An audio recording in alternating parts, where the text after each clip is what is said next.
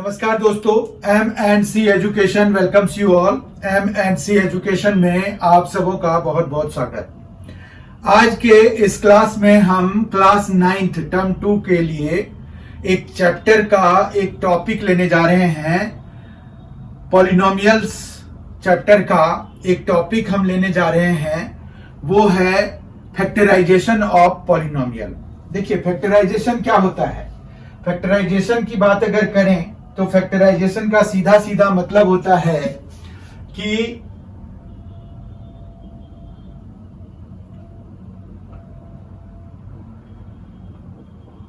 Factorisation मतलब होता है कोई भी पॉलिनोमियल आपको दिया हुआ है, उसको आप दो या दो से ज्यादा पार्ट में बांट रहे हैं। तो फैक्टर क्या हो गया आपका? फैक्टर का मतलब हो गया कि पार्ट में बांटना।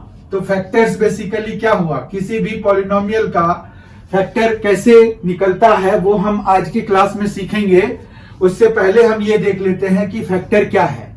फैक्टर वो है, जैसे मान रखिए आपने दो फैक्टर्स लिए, x-2 और x-3 लिया, ठीक है। इन दोनों को आपने मल्टीप्लाई करा दिया तो आपके पास यहां पर निकलेगा x² - 3x फिर -2x और +6। तो इस तरह से x² - 5x और +6 हो जाएगा। तो आपका पॉलिनोमियल बेसिकली कौन सा है? आप अगर देखें तो आपका पॉलिनोमियल जो है ये वाला है, x² - 5x +6। तो लेट अस सपोज कि हमने इसको px नाम दे दिया, ठीक है। तो ये हमारा एक पॉलिनोमियल है और ये एक क्वाड्रेटिक पॉलिनोमियल है, एज वी ऑल नो, क्योंकि इसकी डिग्री 2 है, ठीक है। अब यहां पर देखिए, ये जो शुरुआत हुई थी वो यहां से शुरुआत हुई थी। मतलब ये जो है, ये जो पॉलिनोमियल है, इसके अगर दो फैक्टर की बात करें, दो पार्ट्स की बात करें जिनको कि मल्टीप्लाई कराने से हमें ये मिला है, तो वो दो पार्ट्स जो हैं वो ये हैं। तो इन दोनों पार्ट्स को हम फैक्टर्स कहते हैं, ठीक है। तो बेसिकली फैक्टर्स का मतलब आपको समझ में आ गया होगा। जैसे अगर कोई नंबर ले लेते हैं, हम 5 ले लेते हैं, तो 1 × 5 हम लिख सकते हैं। तो इसके दो फैक्टर्स हो गए, 1 और 5। जैसे 6 ले लिया हमने, तो हमारे पास जो है 6 के फैक्टर्स 1 भी, 2, 3 और 6, ये चारों जो है 6 के फैक्टर्स हो जाते हैं। Basically 6 itself is a factor, पर 6 और 1 को अगर हटा दीजिए तो 2 और 3 ऐसे फैक्टर्स हैं जो कि नॉन ट्राइवियल हैं। मतलब 1 और खुद तो किसी भी नंबर का फैक्टर होगा ही। उसी तरह से कोई भी पॉलिनोमियल लेंगे तो ये तो एक फैक्टर तो खुद है ही, 1 भी इसका एक फैक्टर है ही। तो बाकी जो है उन्हीं को हम फैक्टर्स में काउंट करेंगे, ठीक है। तो फैक्टराइजेशन बेसिकली यही है कि हम ये जो पॉलिनोमियल है वो किन चीजों को, किन दो फैक्टर्स को, जैसे क्वाड्रेटिक है तो दो फैक्टर्स को मिलके बनेगा, और अगर क्यूबिक है तो 3 फैक्टर्स को मिलके बनेगा। तो वो दो फैक्टर्स या 3 फैक्टर्स कौन कौन से थे वो निकालने का जो प्रोसेस होता है उसको हम फैक्टराइजेशन कहते हैं। तो फैक्टराइजेशन में बेसिकली हमारे पास क्या है कि फैक्टराइजेशन दो तरीके से किया जाता है। फैक्टराइजेशन दो तरीके से किया जाता है। यहां पर पहला जो है आपको स्प्लिटिंग द मिडिल टर्म, जिसमें कि आप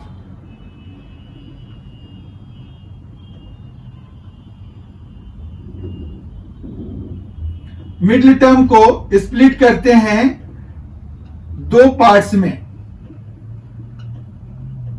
और स्प्लिटिंग द मिडिल टर्म मतलब दो पार्ट्स में बांट करके फिर हम 4 टर्म्स हो जाते हैं। तो फिर हम कॉमन लेकर के फैक्टराइजेशन करते हैं। तो वो हम देखेंगे कि ये प्रोसेस क्या है, इसमें हम करते क्या हैं। और दूसरा जो हम यूज करते हैं वो करते हैं फैक्टर थ्योरम। फैक्टर थ्योरम एक थ्योरम है जो कि सीधा सीधा रिमाइंडर थ्योरम पे डिपेंडेंट है।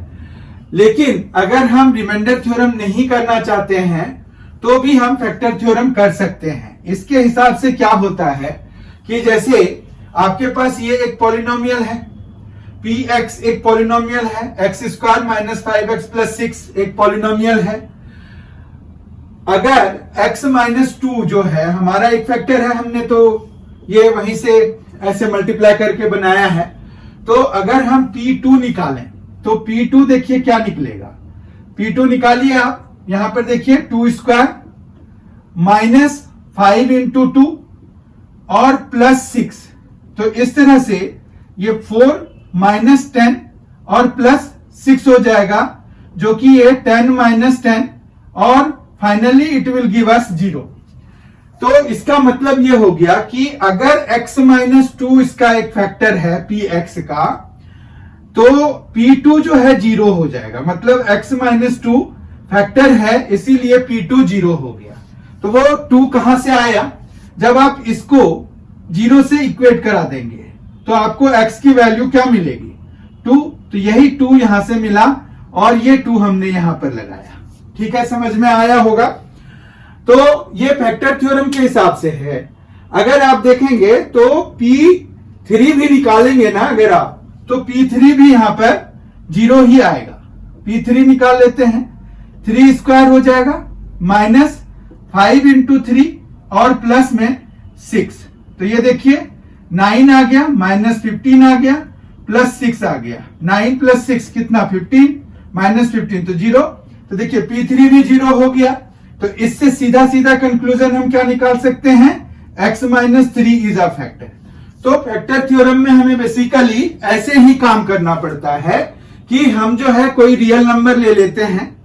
वो रियल नंबर लेने का भी एक तरीका होता है। वो तरीका ये है कि जो कांस्टेंट टर्म है, अगर आपके पास x का कोफिशिएंट 1 है, x का कोफिशिएंट 1 है, तो ये कांस्टेंट टर्म जो 6 है, इसके फैक्टर्स कौन कौन से हो सकते हैं, 1, 2, 3 और 6। पहले आपको इन 4 नंबर्स के लिए ट्राई कीजिए। ठीक है, 4 नंबर्स के लिए पहले ट्राई कीजिए, प्रोवाइडेड कि ये 1 होना चाहिए। अगर ये 1 नहीं है तो इसको 1 बनाना पड़ेगा आपको। उस चक्कर में कई बारी ये जो कांस्टेंट टर्म है वो फ्रैक्शनल हो जाता है।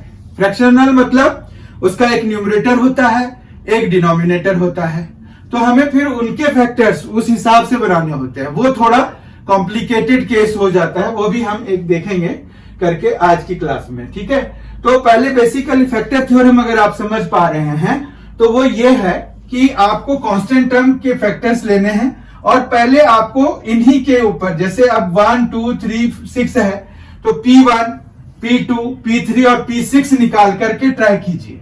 P1, P2, P3, P6 निकाल के आप ट्राई कीजिए। जिस पर भी ये 0 हो जाएगा तो x minus that number will be the factor. तो यही हाल यहां पर हुआ। P2 हमने निकाला, वो 0 निकल गया, यानी कि x माइनस 2 एक फैक्टर हो गया।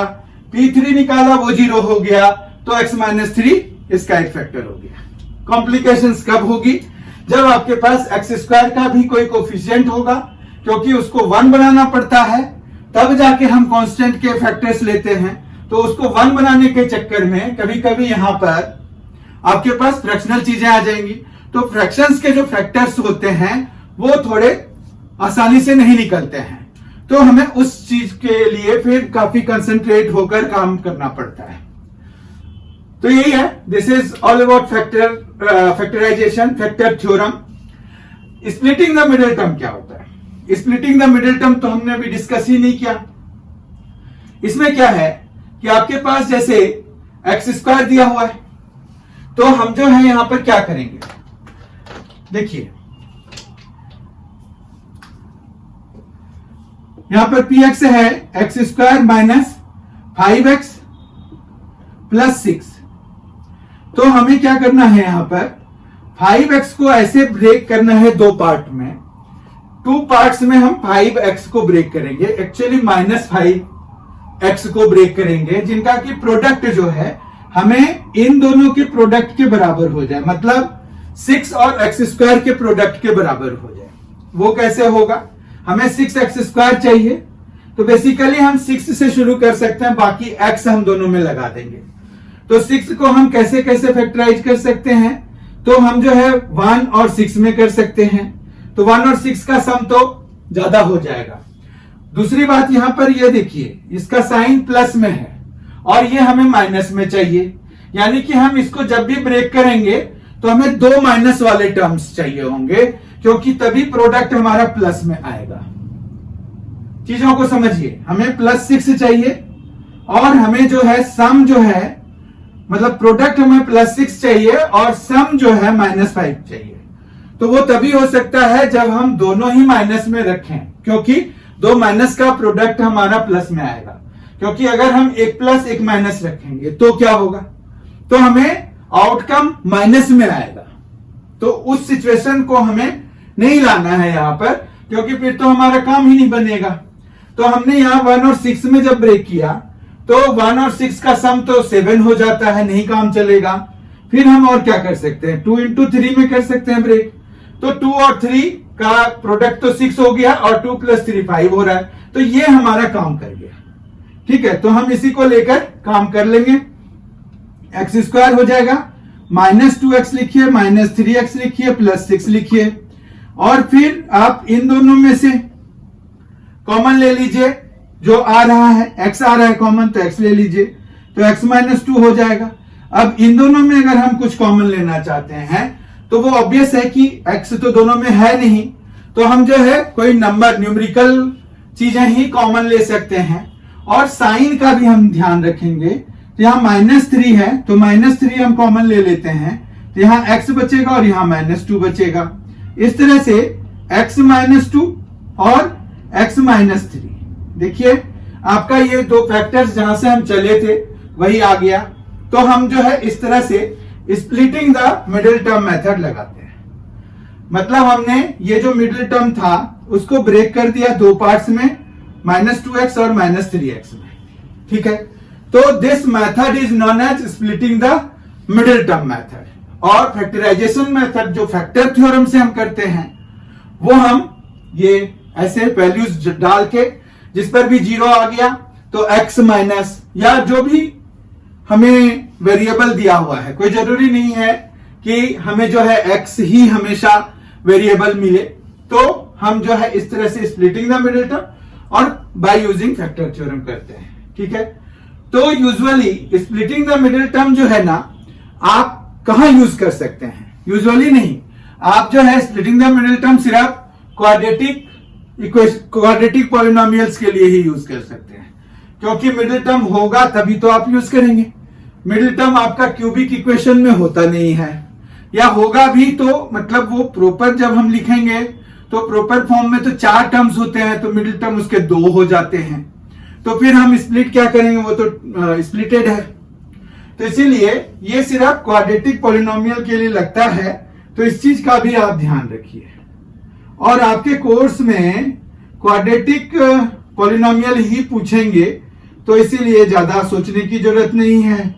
और अगर आपको क्यूबिक पूछते हैं तो भी कोई दिक्कत नहीं है, क्यूबिक से आगे आपको पूछेंगे नहीं। क्यूबिक के लिए आप फैक्टर थ्योरम लगा दीजिए।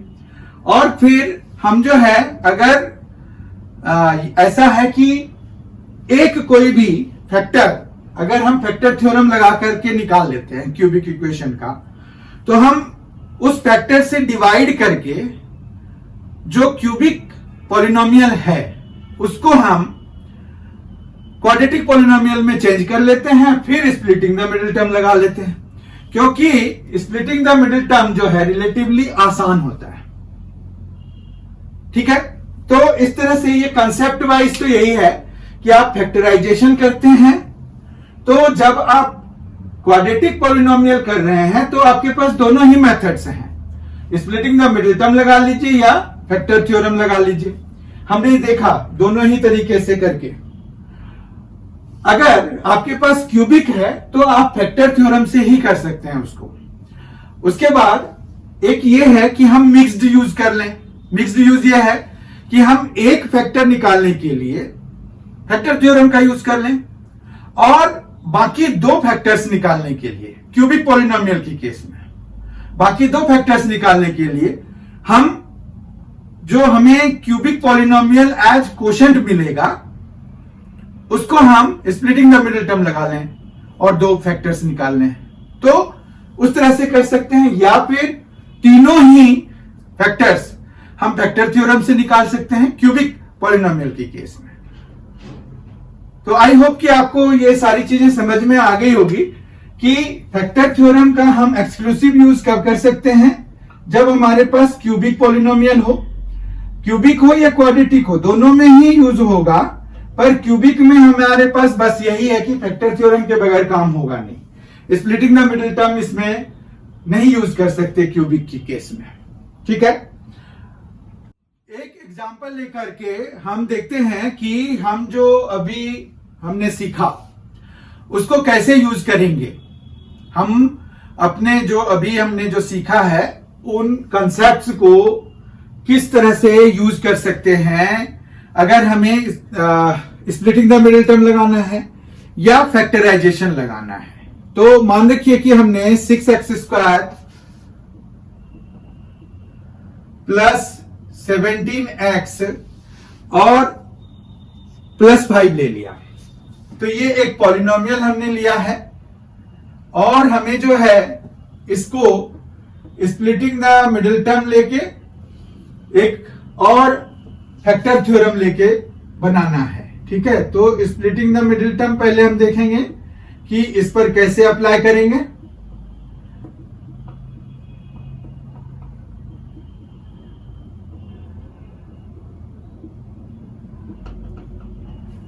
और दूसरा जो है हम फैक्टर थ्योरम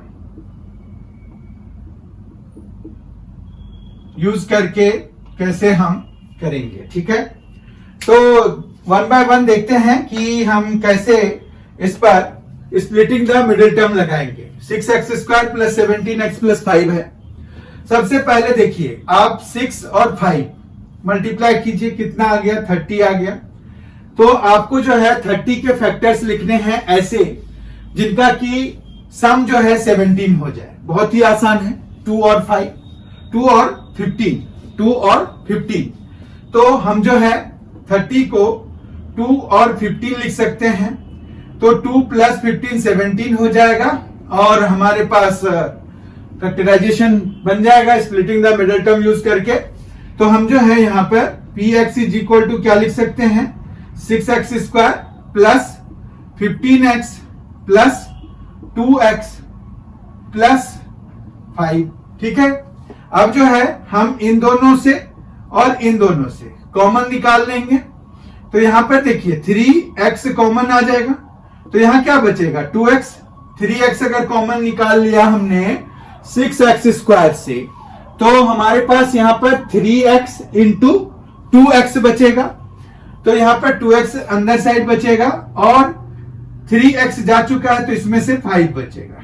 ठीक है, जबकि यहां पर 1 रहने दीजिए बाहर, क्योंकि इनमें कोई कॉमन नहीं आ रहा है, इन दोनों टर्म्स में से कोई कॉमन नहीं आ रहा है।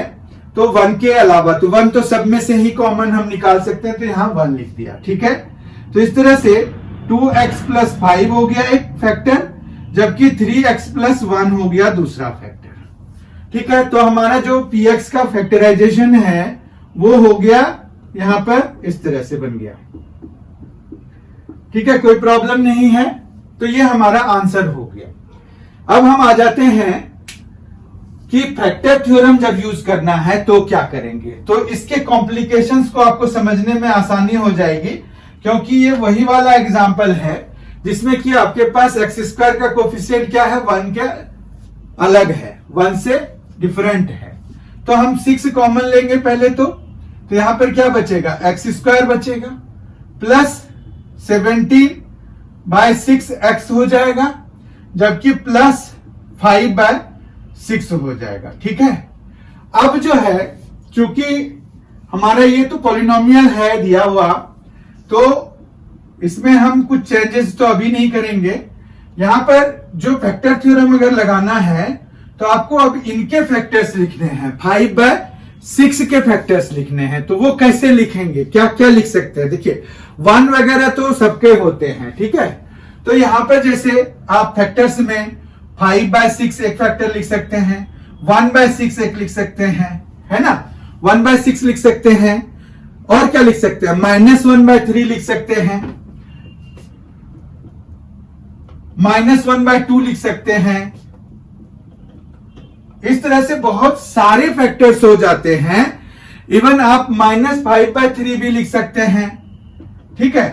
तो ये बहुत सारे फैक्टर्स हो जाते हैं। आपका सिर्फ इसमें से 1 कोई फैक्टर बनेगा ये जरूरी नहीं है। 1 भी इसका फैक्टर है, 5 भी इसका फैक्टर है, 1/6 भी इसका फैक्टर है, 5/6 भी एक फैक्टर है, देखिए आप, ठीक है। तो इस तरह से बहुत टर्मेंडस बहुत सारे निकल जाते हैं, तो जाके कंफ्यूजन शुरू हो जाती है। तो इसीलिए ये हम ज्यादा यूज करते हैं, अनलेस कि हमें कहा जाता है कि फैक्टर थ्योरम ही यूज करके करना है, तब तो फिर हमें वैसे ही करना पड़ेगा। अब यहां पर अगर हम देखें तो आप जो है ट्राई कर सकते हैं, यहां पर -1/3 है जैसे, तो p -1/3 निकालते हैं, यहां देखते हैं कितना आ रहा है। तो आप इस 6 को अभी स्किप कर सकते हैं, पर ये अभी जैसे यहां पर लिख देते हैं बाहर, कोई बात नहीं है। -1/3 का स्क्वायर कराना पड़ेगा x² के लिए, तो -1/3 का स्क्वायर क्या होता है, 1/9, तो 1/9 आप लिख दीजिए यहां पर।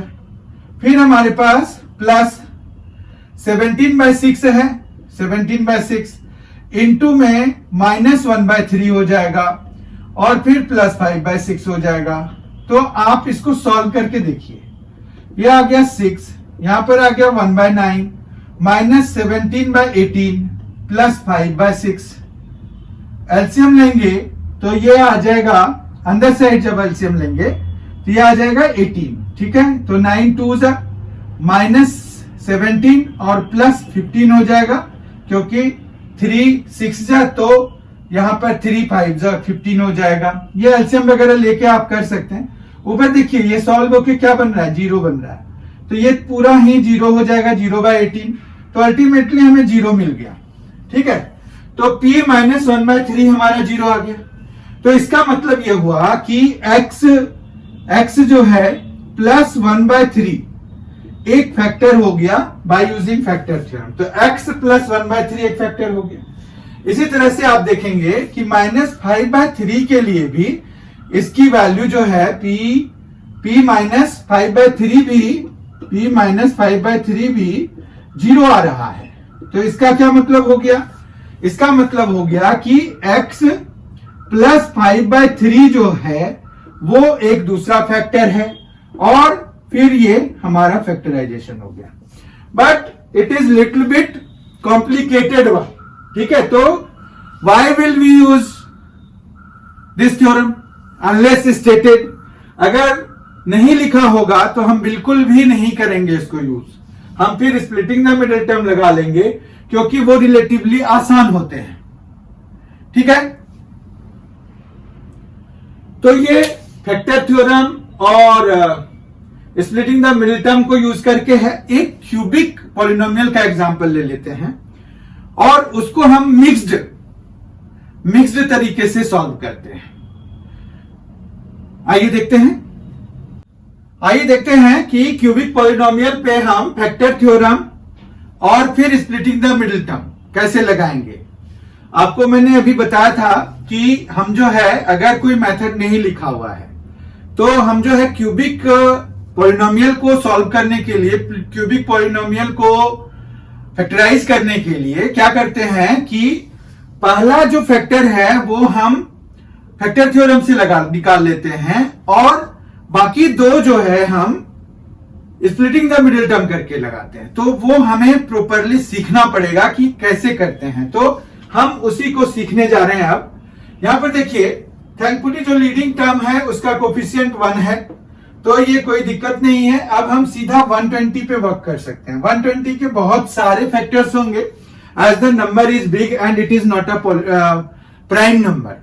प्राइम नंबर होता है तो even if it is a huge number we will have only 2 factors, but यहां पर 120 कोई प्राइम नंबर तो है नहीं, तो हमारे पास बहुत सारे फैक्टर्स होंगे। उनमें से 1 2 3 4 5 6 8 8 होगा, फिर 10, 12, 15, 20,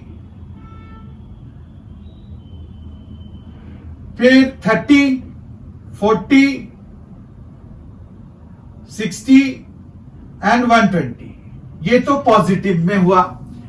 इनके माइनस वाले भी होंगे, मतलब आप जो फैक्टर्स निकालते हैं तो वो आपको प्लस माइनस तो अंडरस्टूड होता है कि ये होंगे। अब इतने सारे हैं तो इनमें से हमें चेक करना पड़ेगा कि किस पर जाके ये एग्जैक्टली हमें 0 हो जाएगा। मतलब जैसे हमने P1 निकाल लिया, P1 निकाला तो देखिए 1 क्यूब 1 हो जाएगा, 23 इंटू 1 स्क्वायर तो 23 हो गया, प्लस 142 हो गया और माइनस 120 हो गया। ठीक है, तो इसको जब हम सॉल्व कर रहे हैं तो देखिए कितना आ रहा है। ये दोनों मिलके आ रहा है 143 और ये भी मिलके आ रहा है 143। ये जो दोनों माइनस वाले हैं देखिए, -23 और -120 तो -143 हो जाएगा, 1 प्लस 142 तो 143 हो जाएगा, तो ये 0 आ गया, यानी कि x -1। ठीक है, तो देयरफॉर x -1 जो है is a factor of px, is a factor of px। ये बाय फैक्टर थ्योरम हो गया। अब हमें फैक्टर थ्योरम में कंटिन्यू करना है तो हमें फिर और बाकियों के लिए भी निकालना पड़ेगा, बाकी 2 और चाहिए होंगे, क्योंकि जितनी डिग्री होती है उतने ही फैक्टर्स हमें निकालने पड़ेंगे। ठीक है, तो अब हम 2 के साथ कंटिन्यू, मतलब अगर हम फैक्टर थ्योरम के साथ कंटिन्यू करेंगे तो हमें P2 निकालना पड़ेगा, P3 निकालना पड़ेगा। जब देखेंगे कि दिक्कत आ रही है तो हम माइनस जोन में भी जाएंगे, तो उतना नहीं करना है। अगर हमें अब मिल गया अच्छा खासा तो हम क्या करेंगे, x -1 से डिवाइड करा देंगे जो हमें पॉलिनोमियल दिया हुआ है, x³ -23x² प्लस 142x -120। ठीक है, इनको हमें डिवाइड कराना है, तो कैसे कराएंगे, देखिए x³ को कैंसिल कराना है, यहां x है, x में क्या मल्टीप्लाई कराएंगे जो x³ आ जाएगा, तो यहां पर x² कराना पड़ेगा, तो हमें मिल जाएगा x³। अब हमने तो ये मल्टीप्लाई करा दिया, -1 अभी भी है तो -1 को भी x² से मल्टीप्लाई कराना पड़ेगा, तो ये जो है -x² हो जाएगा। ठीक है, तो यहां पर माइनस करा दीजिए, ये खत्म हो गया, प्लस तो यहां पर कितना आ जाएगा -22x²। ठीक है, -23 है, साइन चेंज होके ये प्लस बन गया, तो -23x² प्लस x² -22x² हो गया। बाकी हम जो है 142x और -120 को नीचे उतार देते हैं, ये बिना किसी चेंजेस के नीचे आ जाएंगे। फिर हमें अब हमारे पास जो है हाईएस्ट डिग्री टर्म -22x² है, जिनको कि कैंसिल कराना है, इससे कराना है, तो हम -22x से जब मल्टीप्लाई कराएंगे तो हमें -22x इंटू x, तो -22x² आ जाएगा, तो हमारे पास यहां पर कोसेंट में आ जाएगा -22x। ठीक है, तो ये आ गया -22x²। फिर जिस तरह से अभी हमने यहां पर किया था कि x² को -1 से भी किया था, तो इसी तरह से -22x को भी -1 से कराना पड़ेगा, तो हम जो है माइनस माइनस तो पहले प्लस हो गया और 22x हो जाएगा। ठीक है, अब जो है हम फिर से साइन चेंज करेंगे, निचले रो का जो हमने अभी लिखा है उस रो के जो साइन है वो चेंज करते हैं। ये देखिए कैंसिल हो जाएगा क्योंकि एक माइनस में एक प्लस में है, और यहां पर 142x -22x हो जाएगा, तो ये 120x हो जाएगा, और माइनस में फिर 120 है हमारे पास। अब जो है 120 से मल्टीप्लाई कराएंगे अगर इसको, तो हमें मिल जाएगा 120x -120, तो यहां पर प्लस 120 आ जाएगा क्वोशेंट की जगह पे, यहां पर 120x -120 आ जाएगा, और फिर हम जो है साइन चेंज करके दोनों ही को कैंसिल करा देंगे। एज अ रिजल्ट हमें रिमाइंडर 0 मिल गया। तो इसका क्या सिग्निफिकेंस हुआ? इसका सिग्निफिकेंस ये हुआ कि हमारे पास जो px है उसको हम क्या लिख सकते हैं? px को हम लिख सकते हैं, एक तो x-1 और दूसरा हम लिख सकते हैं जो इनका कोसेंट आया है, कोशेंट जो हमें कोशेंट मिला है वो लिखेंगे x² माइनस 22x और प्लस 120। ठीक है, अब ये एक क्वाड्रेटिक पॉलिनोमियल है, इसको हमें स्प्लिटिंग द मिडिल टर्म से सॉल्व करना है। तो देखिए 12 इंटू 10 जो है 120 हो जाता है और 12 प्लस 10 जो है माइनस अगर रखेंगे दोनों तो -10 और -12 तो -22x हो जाएगा। तो हम स्प्लिटिंग द मिडिल टर्म लगा रहे हैं यहाँ पर, तो ये हो जाएगा हमारे पास x² minus 12x minus 10x plus 120। ठीक है, तो ये आ गया x-1, फिर यहां पर आ गया x अगर कॉमन ले लेंगे इन दोनों में तो x-12 और फिर -10 अगर कॉमन ले लेंगे तो x-12 फिर से आ जाएगा। और फाइनली हमारे पास तीन फैक्टर्स आ गए, एक x-1, एक x-12 ये देखिए और एक x-10।